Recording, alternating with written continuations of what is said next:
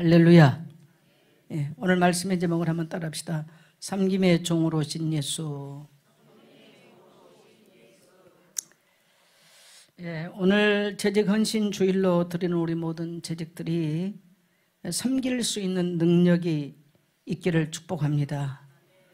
또 우리 재직들은 헌신을 통해서 4월달에 있을 우리 선교대회에 선교사님들이 위로받고 힘을 얻는 그런 헌신 되기를 원합니다. 지난주에도 제가 서론에서 자유함에 대한 말씀을 하셨습니다. 오늘날은 이 자유함이란 말이 잘못하면 방종으로 가지, 자유함을 진정으로 누리고 사는 사람들이 참 없는 시대를 우리가 만나 살죠. 우리가 그리스도의 부르심을 받고 난 이후에 우리는 성전으로부터 자유하고 예배로부터 자유하고 또 죽음으로부터 자유했다라고 지난주에 말씀했다면, 오늘은 우리가 그리스도를 통해서 우리가 얻은 가장 축복된 것은 뭐냐면, 따라합시다. 죄로부터 자유. 예, 그래서 로마서 8장 2절을 보면 죄와 사망의 법에서 우리를 자유케 하셨다. 요한복음 8장 32절을 보면 진리를 알지니 진리가 너희를 자유케 하리라. 이 땅의 모든 죄의 속박과 고통의 속박으로부터 우리를 자유케 하는 것은 그리스도 예수 한 분밖에 없는 줄 믿습니다. 그 다음에 우리는 이 땅의 욕망으로부터 자유입니다. 여러분, 우리 속에는 높아지고 싶은 욕망, 인정받고 싶은 욕망, 소유하고 싶은 이런 욕망들이 얼마나 많습니까? 정말 너무너무 목마른 시대로 우리가 살고 있는데, 바울은 나는 내게 능력 주시는 자 안에서 내가 모든 것을 할 수 있느니라. 내가 부한 데 처할 줄 알고 빈곤한 데 처할 줄도 안다. 나는 일체의 비결이 있다. 그리스도 안에서 우리는 스스로 자족함을 알고, 우리는 그리스도 안에서 주신 능력으로 이 땅의 모든 것들을 초월하고 자유할 수 있는 은혜가 우리 안에 있는 줄 믿습니다. 네. 그 다음에 우리는 사망으로부터 자유입니다. 지난주에도 사망에 대한 얘기를 합니다만, 사망 권세는 지금도 끊임없이 이 땅의 사람들의 영혼을 향해서 쏘고 있죠. 그러나 그리스도 안에 있는 자들은 고린도서 15장의 말씀처럼 사망아 너희에 쏘는 것이 어디 있느냐. 사망이 쏘는 것은 죄요 죄의 권능은 율법이니라. 사망이 우리를 쏠 수 없습니다. 사망 권세가 우리를 이길 수 없고 사망 권세가 우리를 쏠 수 없다라는 것. 오늘 죽을 것 같은 인생의 문제에 고통받는 우리 모든 성도님들, 특별히 우리 재직들, 주님의 자유를 선포하게 되시기를 축복합니다. 따라합시다. 나는 사망으로부터 자유입니다. 욕망으로부터 자유입니다. 죄의 권세로부터 자유입니다. 믿으시면 아멘 합시다. 제가 오늘 광고 하나, 우리 홍화숙 권사님이 금요일 날 출국하려다가 공항 가서 보니까 남편분이 여권을 안 가져가지고 못 가시고 돌아오는 토요일 날 나가신답니다. 그래서 오늘 교회 못 오신 줄 알았는데 오셨어요. 또 중앙아시아 잘 돌아가서 정말 충성스럽게 제가 볼 때 일을 하셔요. 교회를 너무 잘 섬기고 감사하죠. 예, 잘 건강하게 돌아갈 수 있도록 박수 한번 좀 하십시오. 예, 오늘 마가복음 10장을 통해서 예수님이 예루살렘에 올라가신다고 말할 때, 이제 예수님은 십자가 지실 거 지금 3번째 경고하시거든요.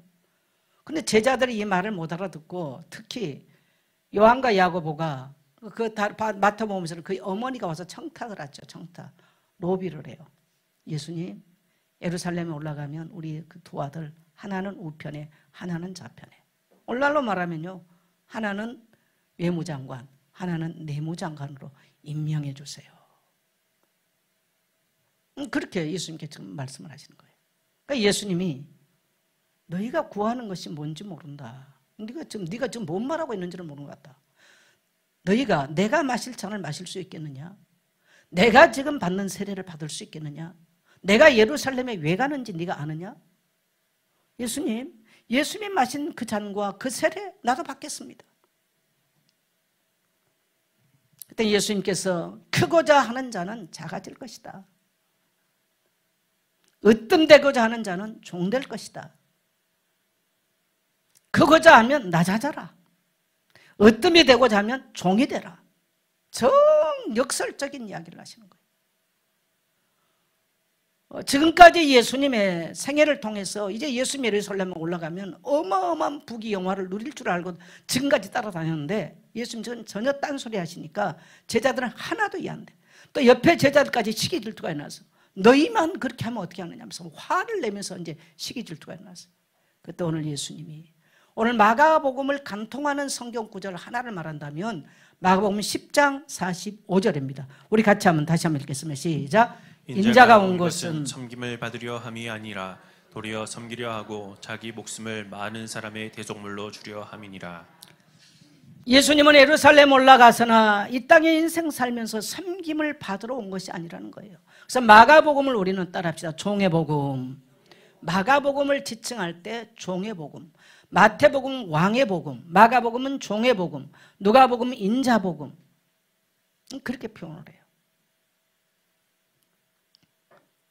그래서 이 종된 예수님의 생애를 간통하는 성경 구절은 바로 마가복음 10장 45절. 인자가 온 것은 섬김을 받으려 함이 아니라 도리어 섬기려 하고 자기 목숨을 많은 사람의 대속물로 주려 함이니라. 내가 온 것은 섬김 받으러 오지 않았다는 거죠. 도리어 섬기러 왔다. 어떻게 섬기느냐? 자기 목숨을 많은 사람들의 대속물로, 속죄제물로 주기 위해서 오셨다라고 그렇게 말씀하십니다. 이 말씀이 유대인들에게는 어마어마한 걸림돌이 되는 거예요. 우리가 한 번도 종된 적이 없거늘, 우리가 아브라함의 후손으로서 한 번도 종된 적이 없거늘 네가 어떻게 대속물이, 네 몸이 대속물이 된다고 그러느냐. 대속물은 속박된 사람이나 종된 사람을 대신 풀어주기 위해서 값을 지불한 것을 대속이란 말을 쓰는 것입니다. 그런데 예수님께서는 자기 몸을 대속물로 준다는 거예요. 유대인들은 비웃는 얘기예요. 네가 뭔데 도대체가. 우리가 아브라함의 후손으로서 한 번도 종된 적이 없거늘 네가 왜 네 몸을 가지고 대속물로 준다고 말하느냐. 예수님은 바로 모든 사람은 따라서 죄에 종되어 있습니다. 이 세상 저주의 욕망에 종되어 있습니다. 죽음에 종되어, 사망에 종되어 있습니다. 이 세 가지 제가 선에서 말한, 그래서 예수님은 이러한 인간의 문제를 해결하기 위해서 자기 몸을 희생의 대속물로 주어 여기에 종되어 있는 자들을 자유케 하기 위해서 예수님이 오셨다는 말씀입니다. 그래서 여러분, 예수님이 오신 목적은 따라합시다. 섬기러 오셨습니다. 오늘 우리 재직들, 제가 이제 헌신예배 자꾸 하니까 저도 참 접대도 말씀했습니다만은 많이 부담돼요.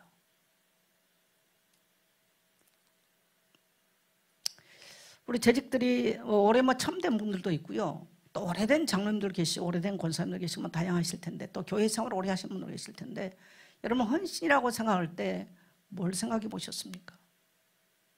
나는 성도가 헌신 예배 드린다고 헌신된다고 생각하지 않습니다. 헌신이라고 하는 것은 인생을 보니까 어떤 이런 프로그램을 만들어서 하는 것은 일시적인 것이고, 그것들은 어떻게 보면 타의적인 것들이 많아요. 그건 진정한 헌신은 아닌 거죠. 그래서 예수님의 생애를 보면 예수님은 병든 자와 함께 있어요. 예수님의 생애는 가난한 자와 함께 있어요. 슬픈 자와 함께 있어요. 외로운 자와 함께 있어요. 죄인들을 찾아가서 다 비웃고 조롱하고 정말 멸시했던 죄인들과 예수님은 함께하면서 그들을 섬기는 자가 됐죠. 복음서를 묵상할 때 참 오늘 이 말씀, 그래서 그리스도를 본받아. 제가 오늘 부제를 이렇게 말한다면 따라합시다. 그리스도를 본받아. 예, 토마스 아켄피스라고 하는 분이 그 11세기 분인데, 그분이 쓴 책이, 토마스 아켄피스가 쓴 그리스도를 본받아라는 책이 있는데, 젊은 날 제가 책 중에 수십 권을 산 책이 토마스 아켄피스의 책들이고, 그 다음에 아마 많이 산 책이 첼로 역정인 것 같아요. 수십 권을 산 것 같아요. 어떻게 하면 내가 그리스도를 본받아 살을까? 근데 예수님의 생애 자체는 완전히 섬김의 종이거든요. 이 말씀을 생각해 보니까 제가 이제 목회를 34년을 하고 생각해 보니까 너무 어려운 이야기예요, 사실은. 굉장히 사실 오늘 이 본문 가지고 설교한다는 게 제게는 많은 부담이 사실, 뭐 지난주에도 뭐 재물 가지고 설교하려는 부담이 됐다는데, 왜 그러냐니까 예수님의 이 생애를 펼쳐놓고 설교를 하는 것은 굉장히 많은 부담이 와요. 그건 사실이에요. 그래서 오늘 여러분 뭘 가지고 어떻게 여러분이 헌신을 하겠다 이런 말들을 다 내놓으시고요. 오늘 저는 여러분이 이 그리스도께서 이 땅에 사셨던 그 삶을 한번 여러분의 삶에 한번 간통시켜 보시기를 축복합니다. 네. 그래서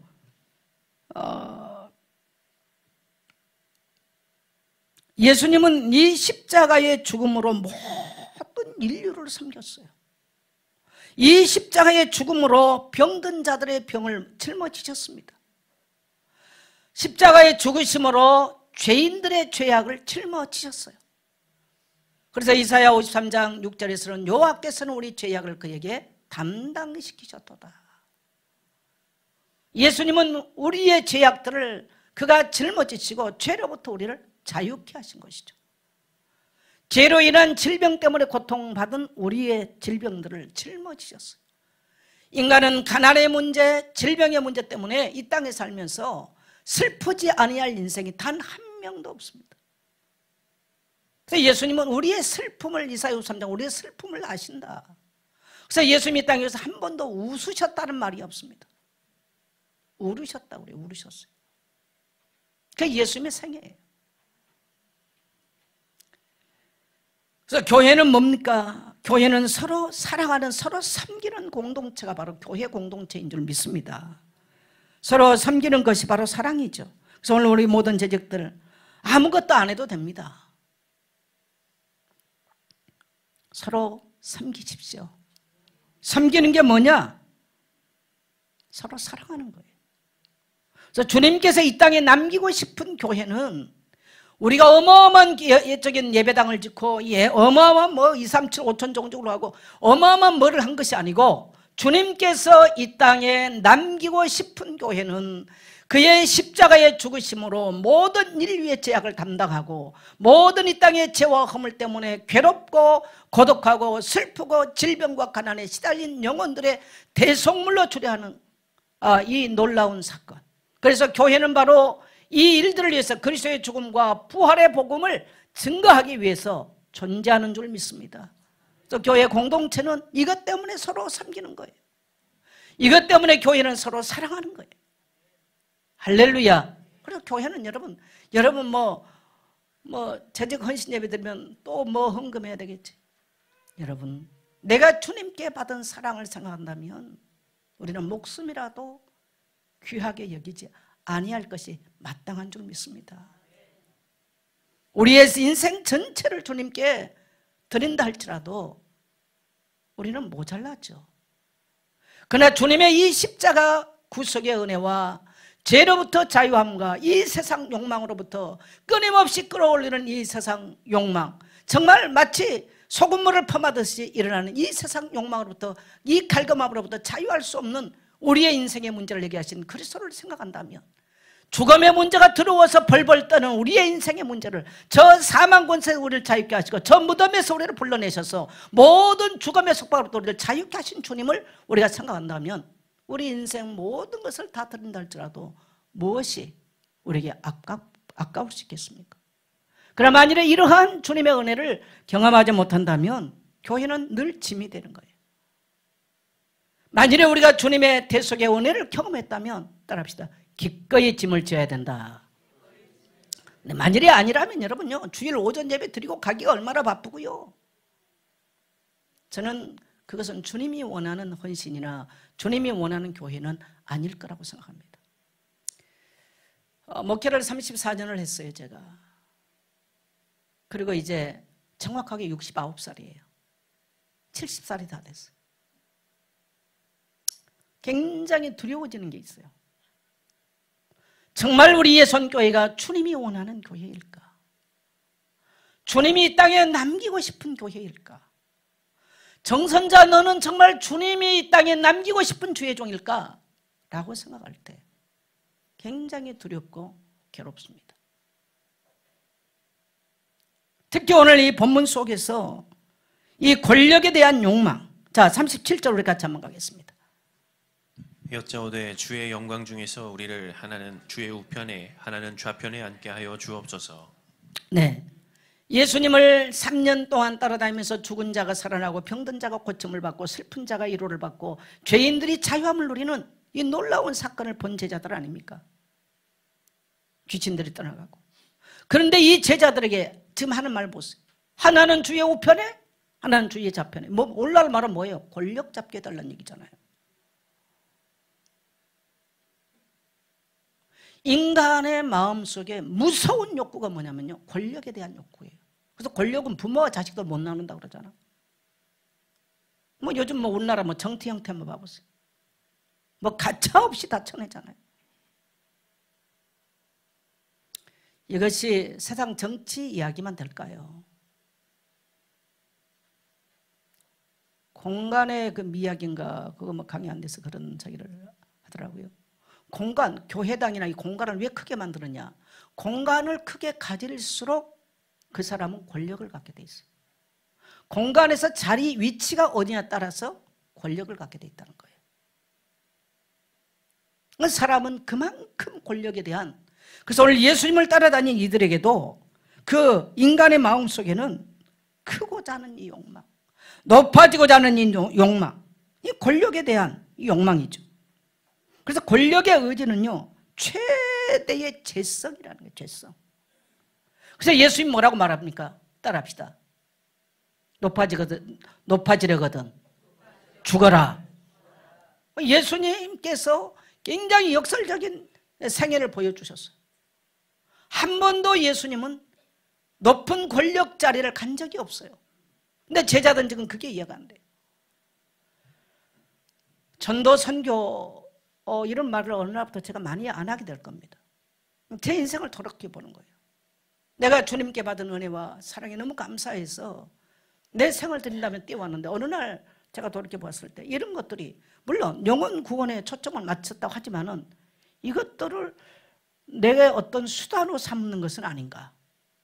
내 성공의 수단이나 내 자아 실현의 수단이라 내가 마치 어떤 교회라고 하는 어떤 이런 뭐 말은 너무 좋잖아요. 하나님 나라, 뭐 교회 이런 조직 기관을 만들어서 권력을 잡는 것은 아닌가.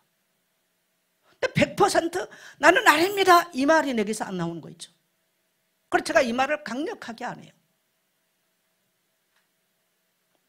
나는 이 말씀을 오늘 대면하면서 남의 얘기가 아니고 내 속에 있는 이런 욕망을 보는 거죠. 왜 이렇게 욕망이 일어날까? 열등감, 상처. 여러분, 열등감이나 상처가 치유되지 않으면 일평생 어디에 시달리느냐? 목마름에 시달려요. 왜? 누가 나를 알아주는 자리? 내가 더 높은 자리? 이런 데를 자꾸 인간은 띄웃거리게 돼 있고 그런 데를 향해서 달려가게 돼 있어요. 왜 그러냐? 근본적인 것은요, 죄성인데 그 죄성에 가장 수치심이나 열등감이나 상처 이런 것들이 도사리면서 이것을 우리가 그리스도 안에서 자유함으로 누리지 못하면요, 엉뚱한 분출을 하게 된다는 거예요. 여러분 동의가 되시면 아멘 하세요. 이게 제 생각이만 저만 그럴까요? 네. 그래서 권력이라고 하는 것은 상대방을 수단화 삼은 거죠. 사랑은 뭡니까? 반대 이야기예요. 사랑은 상대방을 수단으로 삼지 않아요. 상대방을 섬기는 것이죠. 권력은 뭡니까? 상대방을 수단을 삼아서 내 이치를 만들고 내 권력의 자리를 만드는 거예요. 더 많은 성도들이 있는 데 가서 자기 뭐를 드러내면서 하면 얼마나 좋겠어요. 목사도 그렇고 또 사람들 성도들도. 그래서 오늘날은 자꾸 그런 데를 다 선호하게 돼 있는 거예요. 우리 밑바닥에 있는 이 죄성이라는 거, 이 권력, 뭡니까? 욕망이라는 거죠. 오늘 여러분, 이것이 주님과 무슨 상관이 있어요?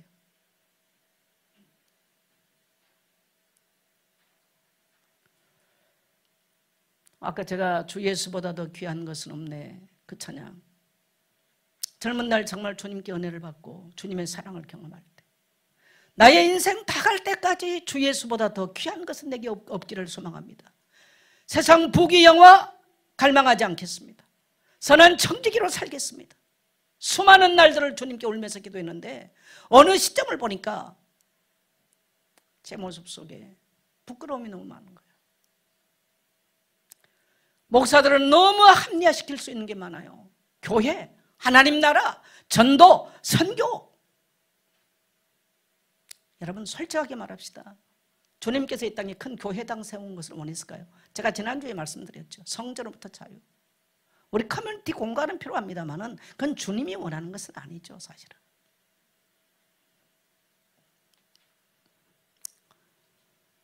인간의 그러한 심리학에, 건축의 심리학이 들어와 있는 거예요. 그런 어마어마한 공간을 만들고 어마어마한 걸 만들면 마치 성공자처럼. 그러니까 세상 욕구가 다 들어와 있는 거예요. 이게 오늘날의 교회의 모습이고 이게 오늘날 주의 종들의 모습이고 오늘 이것이 성도들의 모습. 정말 주님께서 이 땅에 남기고 싶은 교회의 모습이 아니라는 거예요. 저는 오늘 헌신 예배를 드리면서 우리 교회, 우리 성도 한 사람 한 사람이 주님이 찾는 성도, 진정한 그리스도인, 주님께서 원하는 진정한 우리 교회가 됐으면 좋겠습니다. 오늘 제가 헌금 설교를 잘해야 여러분이 헌신을 잘할 텐데 안 해도 괜찮습니다, 여러분. 그런 설교를 제가 하고 싶지가 않아요. 제가 지난주에도 말했죠. 사람은 죽음 앞에 갔을 때는 쓸데없는 소리 안 한다고.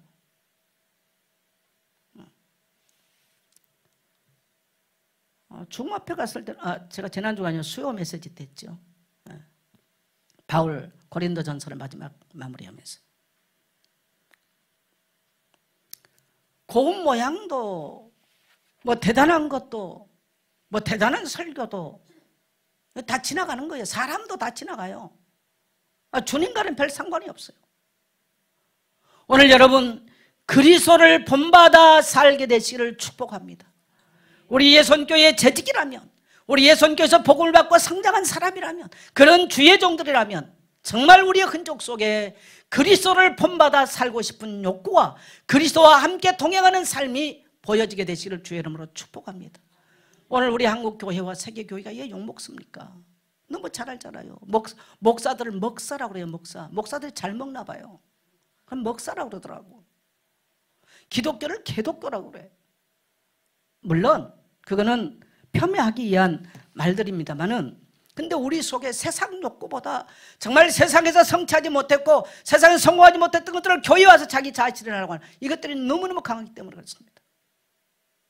그런데 이게 과연 없어질까? 제가 이 메시지를 준비하면서 이게 과연 없어질까? 라고 생각할 때 예스라고 대답이 안 되는 거 있죠. 그러나 여러분, 오늘 여러분 특별히 우리 다음 세대를 기억하십시오. 주님은 나를 따라오너라. 우리는 그리스도를 본받아 사는 것이 그리스도인의 삶. 그리스도인이란 말은 그리스도란 얘기예요. 그리스도란 이 말이에요. 그리스도가 우리 안에 사는 사람이란 얘기죠.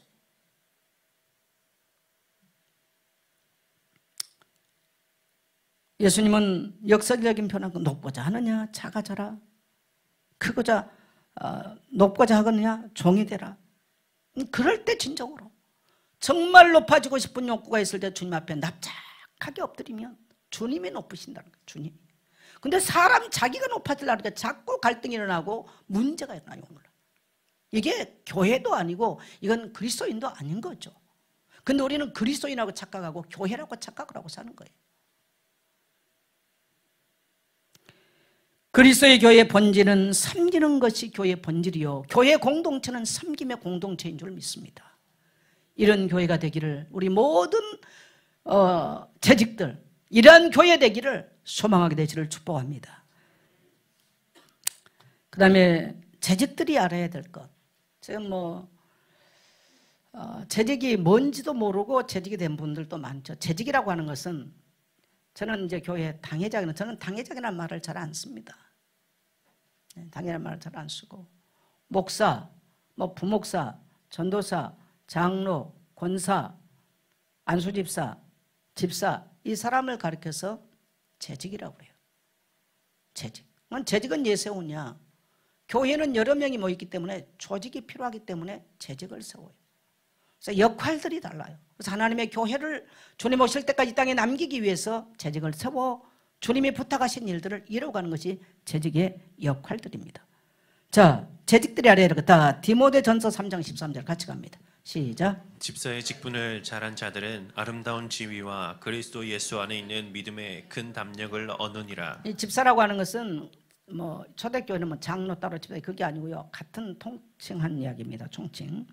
집사의 직분, 교회에서 맡겨진 직분을 잘한 자들은 아름다운 지위와 그리스도 예수 안에 있는 믿음의 큰 담력을 얻느니라. 예수 안에 있는 믿음의 큰 담력을 얻는다는 거예요. 오늘 여러분, 내가 교회 집사로서, 장로로서, 권사로서, 안수집사로서 정말 여러분의 그 지위가 아름답다는 것을 깨닫고 그래서 예수 안에 있는 믿음의 큰 담력을 얻는 자들 되기를 축복합니다.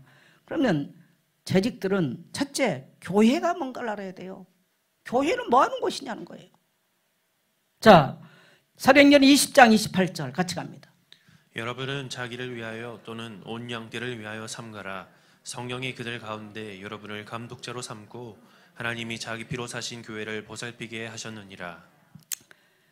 예, 교회가 뭐냐? 사도 바울은 사도행전에서 명확하게 말씀합니다. 물론 예배소서를 통해서도 예배소서는 뭐 교회로 뭐 교회장이라고 말할 수 있는데 너무나 명확하게 말하죠. 여러분은 자기를 위하여 또는 온 양떼를 위하여 삼가라. 성령이 그들 가운데 여러분을 뭘로 삼았어요? 감독자로. 저를 비롯한 모든 교회 직분자들을 뭘로 삼았다고요? 따라서 감독자. 하나님이 자기의 피로 사신 교회를 보살피게 했다. 교회는 어떤 것이라고요? 따라합시다. 그리스도의 피로 사신 교회. 그래서 직분자들은 그리스도의 피로 사신 교회를 돌보는 직분이에요. 주님이 피 흘려서 십자가에 피 흘려셔서 교회를 사시고 피값으로 대속물로 교회를 사셨다는 거죠. 그리고 우리에게 직분을 주셔서 나는 목사로, 여러분은 장로로, 여러분은 권사로, 여러분의 집사로서 교회를 보살피게 했어요. 여러분, 세상에 우리가 누구간데, 우리가 무엇이 간데, 어떻게 보면 벌레만도 못한 흉악한 죄인된 우리를, 주님은 우리를 피로 값으시고 사시고 주님의 피로 값으시고 사시는 교회를 돌볼 수 있는 존귀한 직분자로 우리에게 주신 줄 믿습니다. 그래서 여러분, 교회를 대할 때는요, 항상 감사함과 또 죄송한 마음을 가져야 돼요. 왜? 우리는 그리스도의 피값에 빚진 자들이에요. 따라합시다. 나는 그리스도의 피값에 빚진 자입니다. 나는 교회에 빚진 자입니다. 교회에 빚진 자죠. 예선교회 이 말이 아니고요. 이 땅에 그리스도의 교회에 빚진 자예요. 저는 평생 내가 살아오면서 우리 예선교회 이 말이 아니고요. 나는 우리 한국교회에 빚진 자라고 항상 고백합니다. 항상 그래서 이 땅에 교회에 있음을 감사하게 생각해요. 여러분이 슬플 때 어디 가서 위로받고 싶습니까? 여러분의 후손들이 이 세상에서 유리방황할 때 그들이 찾아갈 곳이 어디라고 생각하세요? 어디 가면 진정한 위로를 받겠어요? 이 세상을 우리는 위기라고 말하는데 돈이 없어 위기가 아니에요. 이 땅에 교회들이 무너지는 게 위기입니다. 우리의 영혼이 공핍할 때 누가 우리에게 우리의 영혼을 향해서 누가 하늘의 양식을 공급해 줄 수 있겠어요? 우리의 후손들이 이 땅에서 유리방할 때 누가 그들에게 생명의 길로 누가 인도해 줄 수 있겠습니까? 여러분, 이거 한번 생각해 보세요. 저는 성도들이 교회를 통해서 영혼의 문제를 해결받고 영적인 문제를 치유받고 인생의 문제를 해결받고 구원의 은총을 입었으면서도 그 가치를 모르는 성도들 정말 구원받았을까? 질문해 보고 싶어요. 저는 어린 시절에 예수를 믿었다고 말하잖아요. 아기 때 예수 믿었어요. 시골 동네에서. 뭐 잘 가르친 사람도 없었어요. 근데 성령이 내게 임하시니까 내가 죄사함 많은 것을 알고 무슨 어린아이가 그렇게 죄가 그렇게 많았겠습니까? 죄에 대해서 눈물로 뒹굴면서 회개하고 내 젊은 날까지는 저는 눈물의 골짜기를 지나왔다고 생각해요. 하나님 앞에 엎드려 기도하면 항상 눈물의 뜨거운 기도를 항상 했습니다.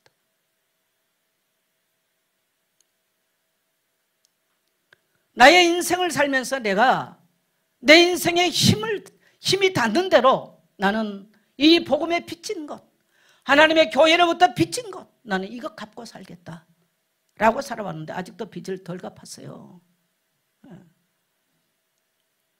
아직도 빚 덜 갚았는데 이제 나이는 많이 먹어버렸어.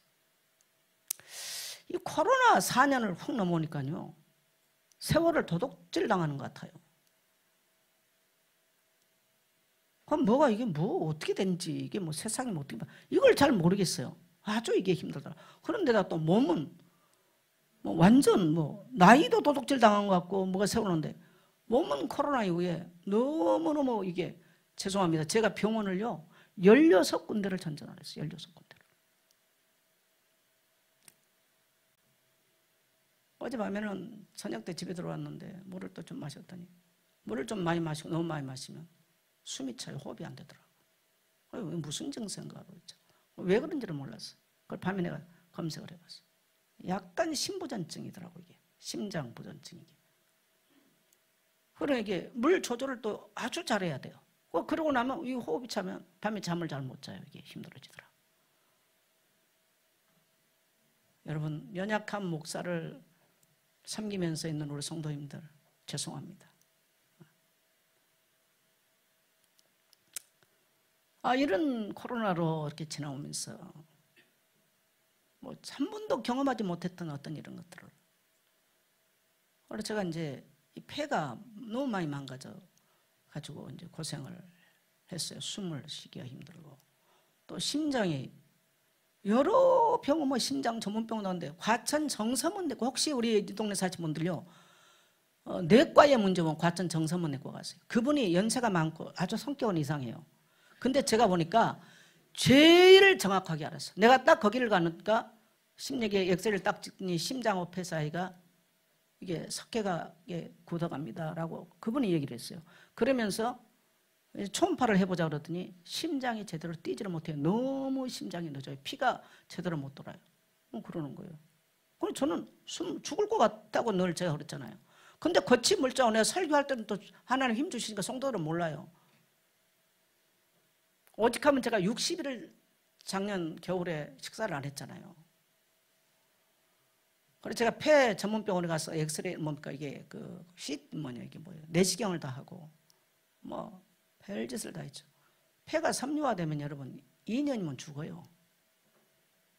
못 살아요. 폐가 퍼석퍼석 해져버린 거잖아요. 얼마 전에도 제가 어디서 뭐 검사하니까 심장이 60%밖에 이렇게 못 된다는 거예요. 그러니까 그래서 제가 보니까 물을 많이 섭취를 해도 호흡이 가끔 호흡이 곤란하는데, 어제 이제 습도도 많은 데다가 제가 이제 물을 저녁 때 들어서 섭취를 했더니 속이 자꾸 열이 차니까 이제 입이 마르니까 저는 물을 많이 먹었는데 이게 이제 호흡이 곤란해지는 거죠. 참, 우리 총회 안에서 그러면 우리 총회 안에 불가사의한 사람 몇 사람이 있어요. 그 중에 한 사람 정선자라고 목사님들이 그럽니다. 죽을 줄 아는 또 살아있고. 제가 얼마나 몸이 쇠약해졌는지요. 저녁 먹으려고 앉았는데 이빨이 이상해. 이빨이 툭 부러져. 2개 부러져가지고 저는 충치 하나도 없는 사람이에요. 그래서 치과에서 80살까지 제 이빨로, 저는 딱 30살 되면서부터 스케일링을 해봤거든. 1년에 2번씩. 충치 하나 없어요. 근데 이빨이 하나가 부러져가지고 이제 가서 뚝 떨어져 버리는 거야 그냥. 그래서 이제 해냈죠. 그랬더니 한 달 후쯤 되니까 또 저녁 먹으려고 상 갖다 놔 수저 들지도 않았어요. 밥 한 숟가락도 먹었으면 밥 먹다 그랬다 그러겠죠. 또 뭐가 툭 끊어져. 보니까 이빨이 툭 끊어져. 2개 해놓았어. 그리고 작년 1년 내에 제가 김치도 못 씹었어요. 모든 게 약해져가지고. 그래서 한 달 됐나? 이제 마지막에는. 그랬더니 또 하나가 또 시원찮아. 이게 또 끊어지려나 봐. 네. 그만큼 이제 몸이 약해져 버리는 이런 상황이 오더라고요. 이게 정말 이게 의사들이 뭐라고 말을 잡아내지를 못하더라고요. 물론 지금은 이제 호흡하는 게 많이 좋아졌어. 많이는 뭐 됐으니까 제가 이제 설교하는 것도 좀 많이 편하게 하는데요. 우리 성도님들이 미안하기도 하죠. 제가 이런 담임 목사 섬기면서 성도님들이 헌신하고 온 게 너무나 미안하고 고맙죠. 자, 교회는 그래서 여러분요, 교회를 대할 때는 항상 성도를 대해도 여러분 따라합시다. 빚진 자입니다. 그런 심정으로 하십시오. 그리고 내가 정말 그리스도의 교회를 통해서 구원의 복음을, 천국 복음을 들었다면 감사하면서 최선을 다해서 그런 헌신된 여러분 되시기를 축복합니다. 그 다음에 성도는, 재직들은 성경이 뭐냐? 자, 디모데전서 왜 교회에서 자꾸 성경 읽으라고 밤이면 뭐를 올려 쌓고 왜 그러냐는 거지, 왜? 자, 이 뭐 유튜브 보기도 바쁜데 왜 자꾸 성경 읽으라고 그러고? 유튜브가 재밌지 무슨 성경이 재밌습니까? 알아듣지도 못한 말. 자, 디모데후서 3장 16, 17절 같이 갑니다. 시작. 모든 성경은 하나님의 감동으로 된 것으로 교훈과 책망과 바르게 함과 의로 교육하기에 유익하니 이는 하나님의 사람으로 온전하게 하며 모든 선한 일을 행할 능력을 갖추게 하려 함이라. 모든 성경은 사람이 쓴 게 아니에요. 하나님의 감동으로 된 거죠. 그래서 성경 안에는 교훈, 그래서 성경 잘 읽고 말씀 따라가면요 인생의 바른 교훈을 받게 되고 잘못된 것을 책망하게 하고 바르게 함이 있고요. 또 우리를 의롭게 사는 교육이 성경 안에 있어요. 그래서 성경 읽고 묵상하라는 거죠. 그 다음에 하나님의 사람으로 온전하게 하며 선한 일을 행할 수 있는 능력을 갖추게 만들어요. 성경 안 읽는데 무슨 선한 일을 하고 무슨 능력이 있습니까? 껍데기입니다. 이러면 꽝입니다. 꽝이에요. 왜? 우리의 속사람의 양식은 하나님의 말씀 성경입니다. 할렐루야. 그래서 여러분요, 언젠가는 이 땅에 교회가 없어질 수도 있어요. 교회가. 여러분 그거 꼭 아셔야 돼요. 교회, 외적인 교회가 영원하지는 않을 겁니다. 저는 중국을 많이 다녀봤지 않습니까? 외적인 교회 없었어요. 지금도 뭐 다 끌어내리죠. 성도들이 예수 그리스도를 믿고 거듭난 성도들이 모여서 자기들끼리 예배드리고 모여 이렇게 해서 중국에 2억의 그리스도인들이 모였지. 자꾸 한국 사람, 미국 사람 들어가서 뭘 자꾸 세우다 보니까 다 쫓겨나. 그건 잘 쫓겨낸 거예요. 저는 그렇게 생각해요. 한국 사람은 들어가면 자꾸 권력을 만들잖아요. 교회 권력을 만들어요. 그 주님이 원하는 교회가 아니에요. 그러나 중국 사람들은 정말 신실하게 자기들이 가정에서 정말 그리스도인들이 모여서 예배하거든요. 그게 중국 교회였어요. 그러면서 그들이 성경을 뭡니까? 논하죠. 그래서 여러분 성경 읽으셔야 돼요. 자, 그 다음에 재직은 섬기는 청직이죠. 예배서 4장 11절 같이 가면 시작. 이는 성도를 온전하게 하여 봉사의 일을 하게 하며 그리스도의 몸을 세우려 하심이라. 예, 여러 가지 직분을 준 이유는 봉사의 일을 하기로 합니다. 여러분 교회에서 무슨 봉사를 하십니까? 우리 장로님들은 무슨 봉사하세요? 안수 집사님들은 무슨 봉사하세요? 권사님들 무슨 봉사하고 있나요? 그 다음에 집사님들 무슨 봉사하고 있으신가요? 그리스도의 몸을 세우게 하십니다. 몸이 뭡니까? 교회입니다. 직분을 주는 이유는 그리스도의 몸, 교회를 세우기 위함이죠. 그래서 성도는 성도는 무엇입니까? 자, 예배서 4장 16절 같이 가면 시작. 그에게서 온몸이 각 마디를 통하여 도움을 받음으로 연결되고 결합되어 각 지체의 분량대로 역사하여 그 몸을 자라게 하며 사랑 안에서 스스로 세우느니라.